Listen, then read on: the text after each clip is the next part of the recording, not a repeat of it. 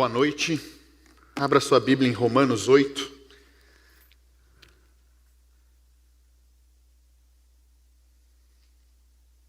Romanos 8, nós vamos ler os versículos de 18 a 25.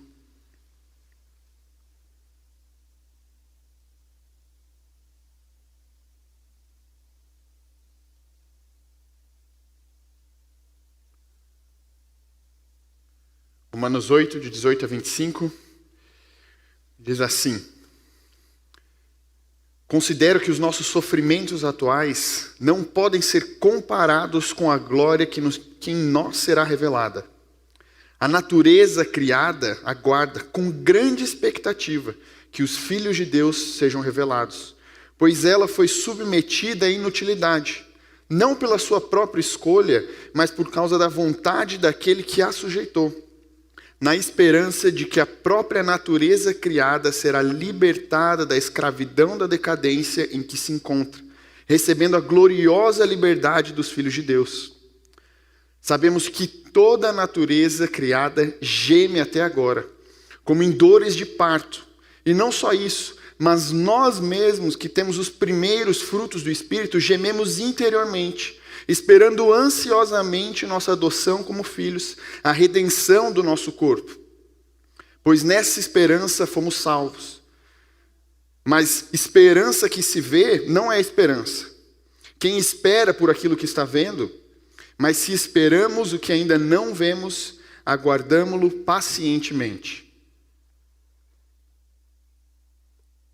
Essa carta de Paulo aos Romanos, pessoas a quem Paulo não conhecia, mas já sentia um grande apreço por serem irmãos, por compartilharem da fé, já sentia a responsabilidade de ensiná-los e instruí-los no caminho. Ele começa apresentando a dura realidade do pecado, a presença da ira de Deus sobre a vida de todos, sobre toda a terra, sobre o castigo de Deus de deixar a própria humanidade caminhar por si só. Ele começa a carta apresentando essa realidade, ele vai retratar de que não existe justiça, não existe justo, nenhum justo sequer. Ele vai apresentar que a nossa injustiça ela é plena e tudo que nós recebemos é só pela misericórdia, só pela graça de Deus. Paulo ele vem tratando de uma maneira dura para que eles encarem essa realidade, que eles possam olhar através do prisma correto, entendendo a justiça de Deus, entendendo que a justiça, ela pela fé, ela não vem por você ser parte de um povo, ela não vem por você obedecer um conjunto de regras, uma lei. A justiça vem de Deus e nós nos apropriamos dela pela fé. E Paulo, ele apresenta tudo isso, ele fala no capítulo 7 do conflito em que nós vivemos na nossa luta contra o pecado, um conflito real, um conflito em que às vezes nós perdemos. E agora ele começa o capítulo 8 cheio de esperança. O capítulo 8 é um capítulo de esperança.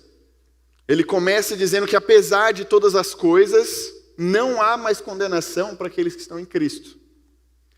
Apesar dessa dura realidade que nós enfrentamos, apesar das nossas batalhas, apesar do pecado nos assolando, não há mais condenação para aqueles que vivem por Cristo, para aqueles que receberam vida e foram resgatados através de Cristo. E quando nós chegamos aqui, nessa parte do capítulo 8, Paulo ele vai retratar mais uma realidade difícil, o sofrimento. Mais uma coisa com a qual nós temos que lidar. Mas Paulo ele vai retratar que o sofrimento não de uma maneira totalmente ruim, porque ele olha para o presente, ele encara o sofrimento, ele mostra que essa realidade presente ela é difícil, mas ele nos orienta a olhar para o futuro e entender que não é tudo tão terrível assim. Ele nos ajuda a colocar os olhos fixos naquilo que realmente é importante. Então, quando nós chegamos nessa parte, Paulo ele vai nos orientar e nos ensinar que a realidade é dura, é difícil, não temos como fugir do sofrimento, não temos como negar as dificuldades. Elas vão alcançar a todos, a toda a criação, inclusive os cristãos, mas Paulo ele vai colocar aqui que os sofrimentos, eles existem no presente. E nós vamos ter que lidar com eles. As dificuldades vão vir de frente à nossa vida. Mas nenhuma dificuldade se compara à glória que há de ser revelada. Paulo, ele apresenta o presente e nos ajuda a olhar para o futuro, até a nossa mente, naquilo que Deus ainda há de fazer. Ele mostra que a criação ela está sujeita à vaidade, que toda a criação geme como em dores de parto.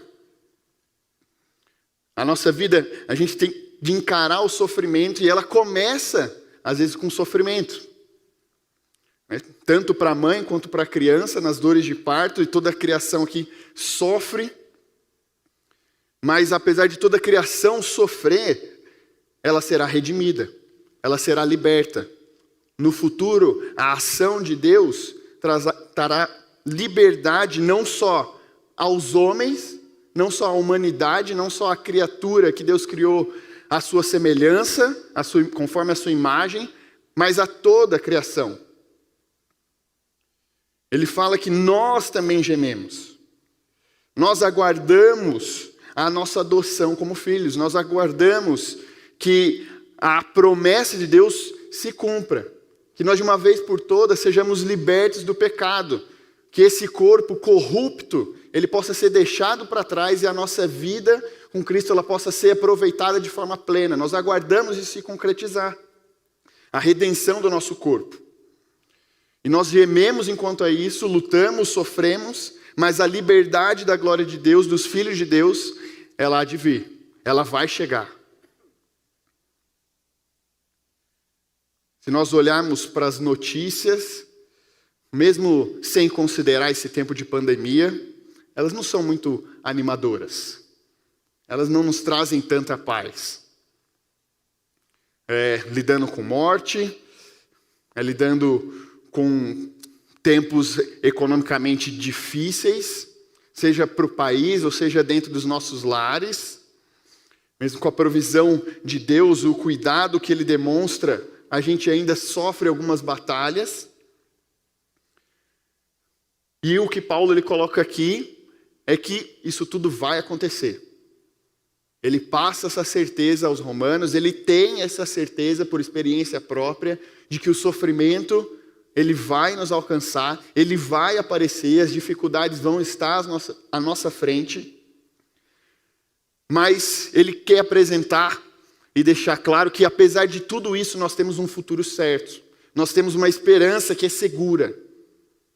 Nós confiamos em um Deus que é fiel. Nós cremos e servimos a um Deus que em nenhum momento nos deixa, que já nos proveu um futuro, já nos garantiu uma esperança que de nenhuma maneira nós podemos perder. E quando nós olhamos para esse texto, Paulo apresentando isso, lidando com o sofrimento, lidando com as dificuldades, nós conseguimos aprender nessa passagem 3 verdades que são ligadas à esperança do crente, à esperança do cristão.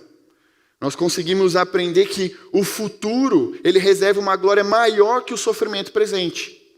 O que Deus há de fazer é muito maior do que qualquer coisa que nós possamos experimentar ou passar hoje. Seja um sofrimento por conta das consequências do nosso pecado, seja um sofrimento por ser cristão, tudo isso é pequeno, tudo isso é passageiro, e o futuro que nos aguarda é muito maior, é muito melhor.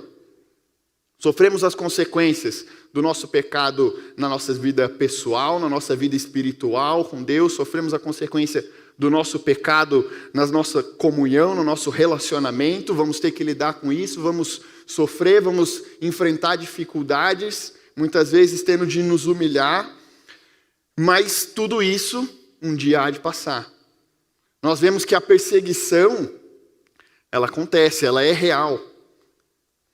A perseguição aos cristãos não somente em países fechados, mas inclusive no Brasil, ela acontece. Alguns anos atrás fiz uma viagem missionária ao Nordeste, uma região do Brasil que é muito católica, e conhecendo uma região mais isolada ali do Ceará, nós encontramos uma senhora cega, mas em que cantava ali os louvores com a gente com uma alegria sem igual. E ela, ao dar o seu testemunho, ela falou que ela estava cega por ser cristã. Porque lidando ali no contexto da sua cidade, ela, com toda a sua família católica, ela foi perseguida pelo seu marido por ter se convertido. Ela passou a participar na igreja, a ir nas EBDs, a participar dos cultos, a buscar ao Senhor, a buscar a palavra. E um dia, quando ela estava retornando da escola bíblica dominical, o seu marido a encontrou no meio do caminho e, com uma surra, fez ela perder a visão. Por sermos cristãos, a perseguição ela vai acontecer. Talvez nós não experimentamos num momento tão descaradamente aqui no Brasil, mas ela acontece. Nós olhamos para países que são fechados, onde a gente vê que cristãos são degolados, são torturados, são afogados, são crucificados, queimados. E às vezes a gente olha, a gente se compadece, mas às vezes também surge um pensamento: será que vale a pena ser cristão? Será que encarar isso, toda essa dor? O sofrimento, ele é real, a dificuldade, ela não pode ser negada na nossa vida. Paulo reconhece isso, e quando nós olhamos para a vida dele e o testemunho que ele dá em 2 Coríntios, relatando tudo aquilo pelo qual ele passou, de ser apedrejado, açoitado, expulso de cidade, sofrer um náufrago. Ele sofreu, ele entendia o que era sofrer pelo nome de Cristo. Ele olha para o sofrimento, mas ele tem um olho no peixe e outro no gato. Ele entende a realidade, ele apresenta, ele afirma, ele coloca diante dos cristãos: não tem como isso ser negado, vocês vão ter de encarar, vocês vão ter de lidar. Mas enquanto vocês sofrem, enquanto as dificuldades elas são aqui presentes, vocês não podem esquecer da glória que está aguardando vocês. Nada pode se comparar à glória futura.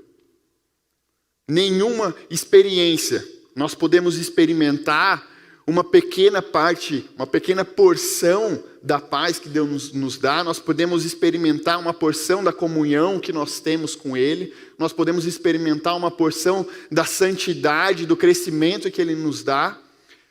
Mas tudo isso nós vamos experimentar de forma plena e eterna com o nosso Deus. Nada se compara à eternidade da glória do nosso Deus. E nós esperamos isso. Paulo, pelo menos ele coloca aqui, que ele espera de forma ardente, persistente. Ele está ansioso para que a promessa de Deus se cumpra na vida dele. Sem dar tanto crédito ao sofrimento, ele espera o futuro. Ele espera a eternidade. E ele considera tudo pequeno. Em 2 Coríntios, Paulo ele vai colocar que porque a nossa leve e momentânea tribulação produz para nós eterno peso de glória acima de toda comparação. Mais uma vez, ele afirmando a certeza que ele tem de que o sofrimento é pequeno. O que eu tenho com Deus, o que eu vou usufruir na minha comunhão com Ele, eterna, é muito maior. Tem muito mais peso. É como se ele colocasse numa balança todo o sofrimento pelo qual ele passou, todas as dificuldades, tudo aquilo que ele enfrentou, toda a luta pessoal que ele tinha, inclusive que ele apresenta em 2 Coríntios também, quando ele ora a Deus 3 vezes para que Deus retire o espinho na carne. Porque aquilo o incomodava, aquilo o fazia fraco, aquilo doía, mas Deus decidiu manter esse espinho. Ele coloca tudo isso numa balança, mas em comparação, a glória pesa muito mais. É muito mais importante, vale muito mais. Não tem comparação. A gente pode olhar para esse texto de 2 Coríntios, a gente pode olhar para Romanos e pensar que Paulo ele está menosprezando o sofrimento dos outros, o nosso, da igreja de 2 Coríntios, as coisas pelas quais a igreja em Roma passava. Mas Paulo ele está falando do nosso sofrimento. O sofrimento pelo qual ele passava, o que ele estava experimentando. Ele não estava menosprezando a tribulação, ele reconhecia que aquilo era dolorido, que aquilo iria acontecer, mas mesmo assim, o dele, o nosso, é pequeno, quando comparado a tudo o que Deus há de fazer. Durante um período do nosso namoro, na verdade todo o meu namoro com a Olivia, ela morava em Pindamonhangaba, eu em Pirassununga, depois foi morar mais longe ainda, em Morro Agudo. A gente se via uma vez por mês e fazíamos esse trajeto de ônibus. 7 horas de ônibus com uma baldeação em São Paulo, às vezes 10 horas fazendo também uma baldeação em São Paulo. E uma dessas viagens aproveitei lá o tempo com ela no final de semana, no retorno, cheguei em São Paulo, já o ônibus chegando ali meia-noite, desci do ônibus, cansado, tinha cochilado na viagem, fui ao banheiro, joguei uma água no rosto, quando eu me olho no espelho, eu vejo o ticket da minha mala no bolso. E a minha mala não estava comigo. Não adiantava nem eu correr lá no desembarque, porque o ônibus já tinha partido. O que aconteceu? Passei a madrugada dormindo na rodoviária do Tietê, sentado com frio, esperando a garagem da aviação abrir para que ela pudesse trazer a minha mala. Mas isso passou. A gente olha para isso agora e ri. Toda a frustração que eu senti, todo o nervosismo de perder um ônibus, de ter que pagar outra passagem porque não deu para cancelar, tudo aquilo passou. E hoje nós podemos aproveitar de todo o tempo que a gente tem junto. Aquilo ficou no passado, foi uma frustração que é pequena. E hoje a gente se lembra rindo. E todo o sofrimento que nós passamos também é pequena comparada à eternidade. Ela é ínfima, ela é leve, ela é momentânea quando a gente pensa em tudo que a gente vai experimentar com Deus, em toda a eternidade que vamos passar com Ele. É com essa lente que Paulo ele quer que nós enxerguemos os sofrimentos. É pequeno, é passageiro, é leve diante do peso que nós vamos experimentar. Essa é uma primeira verdade que nós precisamos afirmar, entender, aprender.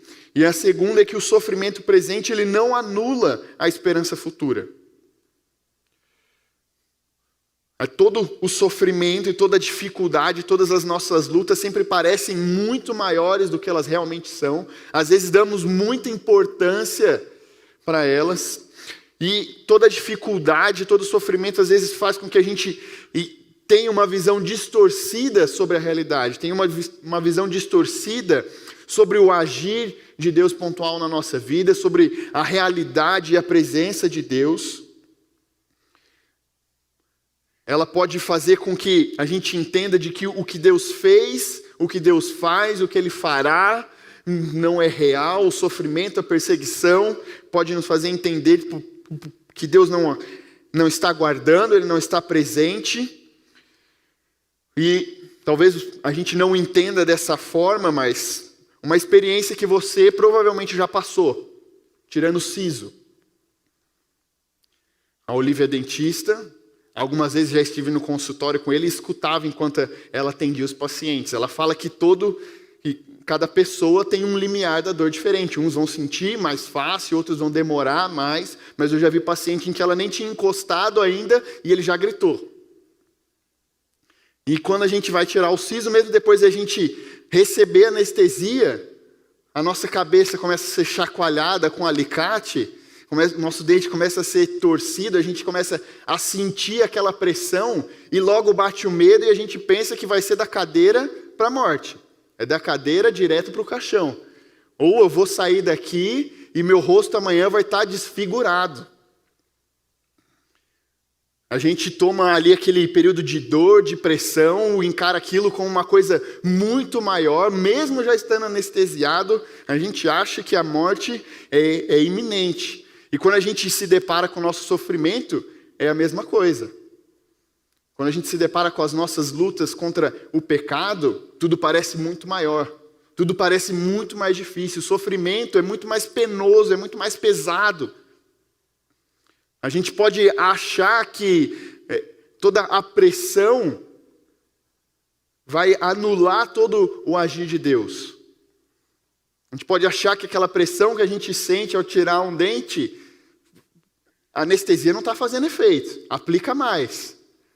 Pode aplicar que não tem problema. Mas nada pode anular o que Deus garantiu. Nada pode anular o que o Senhor decretou. Nesse sentido, quando nós olhamos para o texto, Paulo ele vai falar que a criação ela está submetida, ela está rendida à futilidade, à inutilidade, à depravação, ela está rendida àquilo que não existe verdade. E ele vai apresentar que a natureza e toda a criação ela foi sujeita não por vontade própria, mas por alguém. Paulo ele vai colocar no versículo 20, pois ela foi submetida à inutilidade, não pela própria escolha, mas por causa da vontade daquele que a sujeitou. Alguns vão ler isso e vão entender, não, o pecado nos sujeitou a essa tristeza, a esse sofrimento, a essa dificuldade. Outros vão entender, não, o diabo me colocou nessa posição, o diabo sujeitou o mundo a esse sofrimento. Mas quando nós lemos a continuação do texto, quando nós olhamos para Gênesis, nós podemos entender quem realmente sujeitou a criação.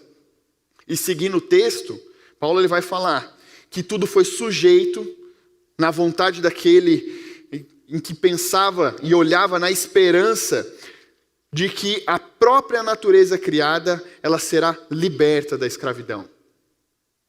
Nós vamos para Gênesis e encontramos ali após o pecado de Adão, Deus falando ao homem.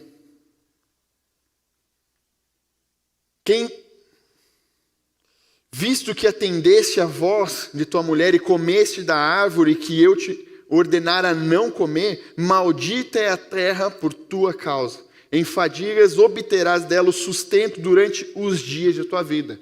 Quem sujeitou a criação foi o próprio Deus. E ele o fez dentro da sua soberania, dentro do seu plano, nos deixando já a esperança de que toda a natureza seria remida. De que a nossa vida seria remida, de que tudo seria liberto. Nós vamos para Isaías e encontramos o profeta ali trazendo a palavra ao povo, de que o deserto e a terra se alegrarão, o ermo exultará e florescerá como o narciso, florescerá abundantemente, jubilará de alegria e exultará. Deu-lhes a glória do Líbano, o esplendor do Carmelo e de Saron. Eles verão a glória do Senhor e o esplendor do nosso Deus. Toda a criação, ela florescerá. Tudo aquilo que ela não pode suprir, todo o sofrimento e tudo aquilo que a terra, como a maldição e o castigo do pecado trouxe para ela, tudo isso passará. Em Amós também encontramos lá, eis que vem dias, diz o Senhor, em que o que lavra segue logo o que ceifa, e o que pisa as uvas ao que lança a semente.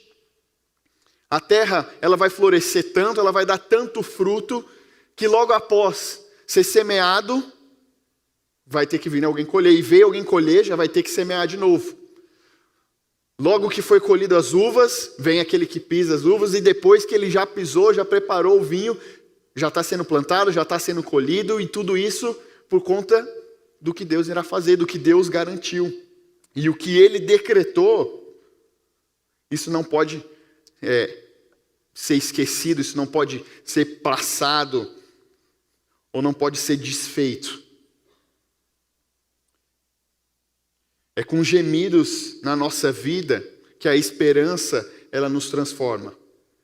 Que nós podemos olhar para o que Deus faz, Ele fará, e temos essa esperança segura, firme, Quando nós continuamos a ler o capítulo 8, nós vamos ver que Paulo, ele apresenta ali que nada pode desfazer a nossa comunhão com Deus. Nada pode nos separar do nosso Deus. A não ser que Deus deixe de ser Deus, a não ser que Ele morra, a não ser que Ele seja infiel. Nada pode nos separar, seja morte, presente, futuro.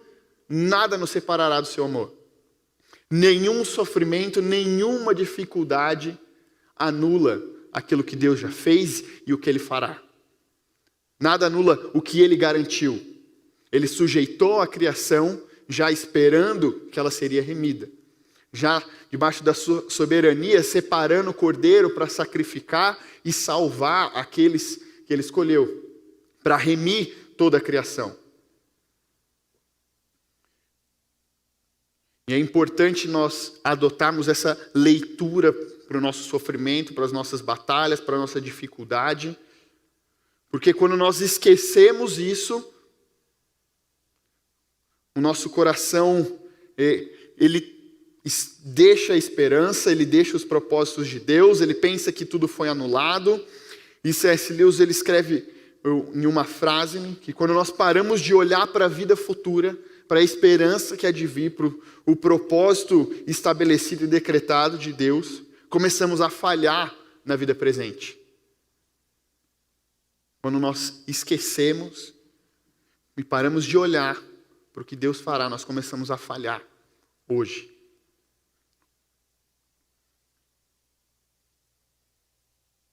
E tudo já está garantido, nada pode anular. Uma terceira verdade que nós podemos aprender e que está ligada à esperança do crente é que o que não vemos agora, esperamos com convicção. Paulo ele vai falar no versículo 24 e 25, né? Pois nessa esperança fomos salvos. Mas esperança que se vê não é esperança. Se nós estamos vendo, nós não estamos mais esperando. Se já está à nossa frente, a espera acabou, já é real, aquilo já se concretizou. Então nós não vamos ver, nós ainda não conseguimos compreender o que será o céu, a não ser algumas pessoas que dizem ter uma experiência de quase morte, foi e voltou, e relatam lá como é o céu, o que viram. Mas Paulo está apresentando aqui, nós não vimos, nós esperamos, não é real, a nossa experiência não é plena, nós aguardamos isso se concretizar, porque espera é olhar para aquilo que ainda não chegou. E nós facilmente passamos por essa experiência diversas vezes aí no ano. Como? Nos acostumamos a fazer compras pela internet. Hoje a gente não precisa mais ir na loja e retirar ali direto o que a gente comprou. Principalmente eletrônicos, o mercado funciona num giro muito maior nas compras pela internet. E nós olhamos ali a foto, nós podemos pesquisar, ver vídeos, ver reviews do que alguém que experimentou o produto pode passar para a gente. Gostamos, compramos e esperamos. Sabemos que é real, a compra foi feita, a gente está seguro de que não fomos, na maioria das vezes, que não fomos roubados, de que vai chegar, mas nós aguardamos aquilo que nós vimos chegar. E o decreto de Deus, a nossa esperança, o nosso futuro, nós aguardamos da mesma forma, ele é certo. Nada pode ser negado, nada pode anular, nada pode descreditar a palavra do nosso Deus. Ele é fiel à obra que ele começou, ele irá cumprir, mas nós temos de esperar. Nós somos salvos e olhamos para essa esperança. Em Romanos 5, Paulo vai falar que nós somos justificados e agora existe paz com Deus, não existe mais inimizade entre nós e Deus, nós podemos usufruir da comunhão com Ele, nós perseveramos, essa é a nossa caminhada diante das batalhas, e a nossa perseverança faz com que nós olhemos para a esperança, e a nossa esperança de maneira nenhuma é vã. A nossa esperança é viva, ela é real. Nós experimentamos a Cristo, nós conhecemos a Cristo, Ele nos salvou, Ele nos resgatou, Ele nos libertou da prisão do pecado, Ele trouxe vida a nós. E essa esperança, ela é real. Ela é viva. A gente espera com convicção de que Deus, Ele irá fazer. De que o nosso futuro, ele é certo. De que a nossa esperança é segura. Em Lamentações, Jeremias, após testemunhar toda a destruição e o cativeiro do povo de Israel, ele coloca lá: quer me trazer à memória aquilo que me traz esperança. As misericórdias do Senhor se renovam. O meu Deus, Ele é fiel. Eu aguardo e espero com convicção a ação do meu Deus. Em 2 Coríntios, no mesmo texto em que Paulo ele fala sobre as leves e momentâneas tribulações e que ele considera tudo passageiro, ele vai colocar: não atentando nós às coisas que se veem, mas nas que se não veem, porque as que se veem são temporais, são passageiras, e as que não se veem são eternas. Olhando para aquilo que é eterno, nós vamos caminhar. Nesse texto ele coloca que, apesar de todas as coisas, nós não vamos nos desanimar, nós não vamos cair, nós não vamos parar no meio do caminho, porque os nossos olhos não estão naquilo que é transitório. Eles não devem estar naquilo que é passageiro. Eles não devem estar no mundo e na criação que geme e sofre. Mas eles devem estar olhando nas coisas futuras, naquilo que nós esperamos, naquilo que nós não podemos ver, na esperança que Deus nos deu, que é real. E isso irá nos sustentar. E isso nos fará caminhar e dar passos firmes na direção do nosso Deus. Nossos olhos precisam estar fixos naquilo que Ele prometeu, naquilo que Ele decretou diante de qualquer luta. Nós podemos pensar que hoje eu não estou enfrentando nenhuma batalha. Não, hoje a minha vida ela está em paz, eu estou usufruindo aqui de um momento tranquilo, mas talvez o seu irmão precise ter essa palavra afirmada, confirmada no seu coração.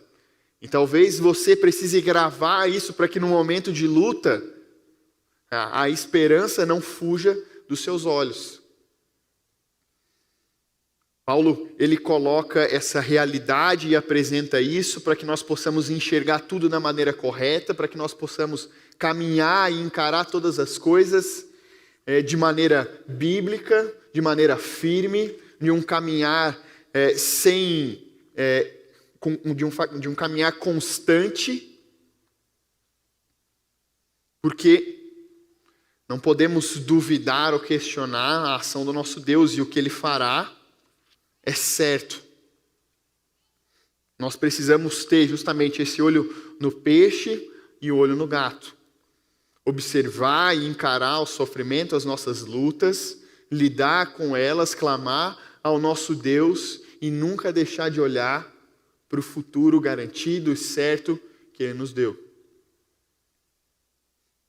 E nenhuma tribulação há de ser maior do que a salvação que Ele nos deu, do que a ação misericordiosa dEle nas nossas vidas, da graça abundante que nos alcançou. Tudo é leve e passageiro. Tudo é momentâneo. Paulo, ele carrega essa certeza. Considero que os nossos sofrimentos atuais não podem ser comparados com a glória que em nós será revelada. Ele tem essa certeza. Ele carrega isso com ele, apesar de tudo que ele passou, de toda a experiência que ele teve. Nada pode se comparar ao peso da eterna glória do nosso Deus. Em 2 Pedro vai colocar aqui: pelo divino poder de Deus, tudo nos foi garantido para a vida e para a piedade, para a salvação e para a santidade. Tudo o Senhor nos garantiu pelo seu poder, por conhecermos a Cristo, por vivermos nele. E não somente isso, mas Ele nos deu a participação da sua glória. Nosso Deus nos garantiu isso, nos deu isso como presente. E quando nós olhamos para isso, nós podemos caminhar em paz em meio ao deserto.